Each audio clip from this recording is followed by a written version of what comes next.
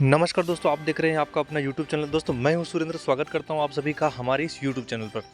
दोस्तों आखिर ये शराब घोटाला क्या है, कैसे शुरू हुआ, सबसे बड़ी सियासी का जो ड्रामा है वो कैसे शुरू हुआ है। दोस्तों मैं बात कर रहा हूं अरविंद जी केजरीवाल की, जो माननीय मुख्यमंत्री दिल्ली के जो वर्तमान में करंट में मुख्यमंत्री हैं।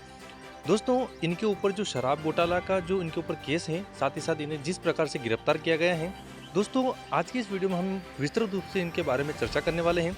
दोस्तों अगर आप हमारे चैनल पर नए जुड़े हैं तो चैनल को सब्सक्राइब जरूर कीजिएगा। चलिए दोस्तों खबर की तरफ रुख करते हैं। असल में 3 साल पहले 17 नवंबर 2021 को राजधानी दिल्ली में आम आदमी पार्टी सरकार ने नई शराब नीति को लागू कर दिया था। जी हाँ दोस्तों, दिल्ली शराब घोटाले मामले में सीएम अरविंद केजरीवाल को ईडी ने गिरफ्तार कर लिया है। ये बड़ी बात है कि एक सिटिंग सीएम को जांच एजेंसी ने अरेस्ट किया है, यानी कि पद पर रहते हुए किसी को अरेस्ट किया गया है। आज़ाद भारत में काफ़ी कम बार ऐसा हुआ है कि पद पर रहते हुए, यानी कि पद पर आसीन किसी मुख्यमंत्री को इस तरह से गिरफ्तार किया गया हो।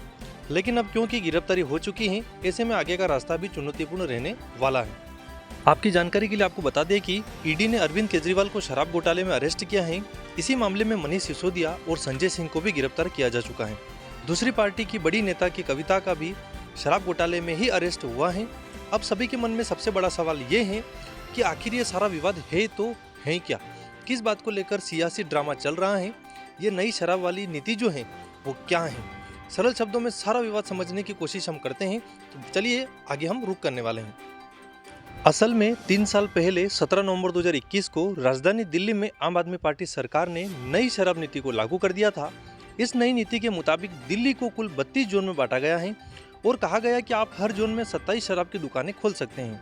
अगर इसी आंकड़े के हिसाब से टोटल किया जाए तो पूरी दिल्ली में 849 शराब की दुकानें खुलनी थी।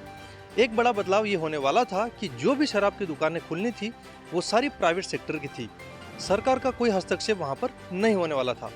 दूसरे शब्दों में जिस शराब का कारोबार में पहले सरकारी की हिस्सेदारी रहती थी, नई नीति के तहत उसे खत्म कर दिया गया था।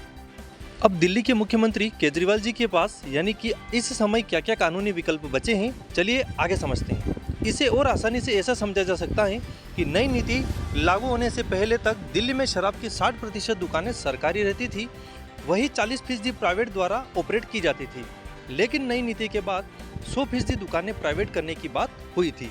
अब केजरीवाल सरकार ने अनुमान ये लगाया था कि इस नीति के बाद 3500 करोड़ रुपए का सीधा फायदा सरकार को होने वाला है।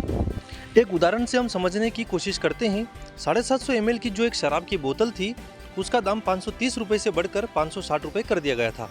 उस वजह से एक रिटेल कारोबारी का मुनाफा 33.35 से बढ़कर 363.27 रुपये तक पहुंच गया था। इसका सीधा मतलब ये था कि रिटेल कारोबारी को 10 गुना तक का फायदा वहां पर पहुंच रहा था। लेकिन सरकार को जो पहले 329.89 रुपये का फायदा मिलता था, वो घटकर 3.78 तक पहुंच गया था। इस वजह से कहा गया कि सरकार को जबरदस्त नुकसान वहां पर हुआ है।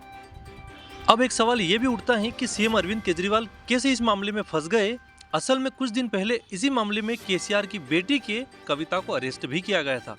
उनके एक अकाउंटेंट है बुच्ची बाबू, ये वही शख्स है जिसे ईडी ने कई घंटे पूछताछ की, जिसके बाद सवाल जवाब के दौरान उसने ही सबसे पहले दिल्ली के मुख्यमंत्री अरविंद केजरीवाल का नाम लिया है। साथ ही साथ उसने दावा किया था कि कविता के मनीष सिसोदिया और अरविंद केजरीवाल के बीच एक राजनीतिक समझ चल रही थी।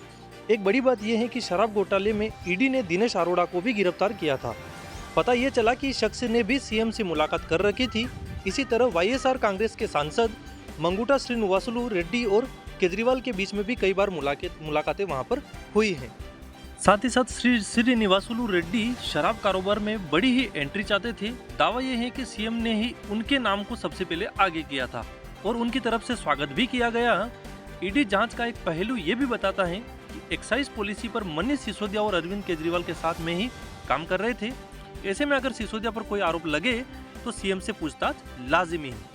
साथ ही साथ सीएम केजरीवाल को अभी गिरफ्तार करके ईडी ने उनसे पूछताछ अभी फिलहाल में जारी रख रखी है।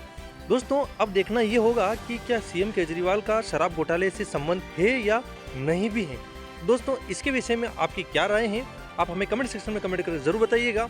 साथ ही साथ हमारे चैनल पर नए जुड़े हैं और ऐसी ही नई नई खबरों से डेली की डेली रूबरू होना चाहते हैं तो चैनल को सब्सक्राइब जरूर कीजिएगा। साथ ही साथ दोस्तों को शेयर जरूर कीजिएगा।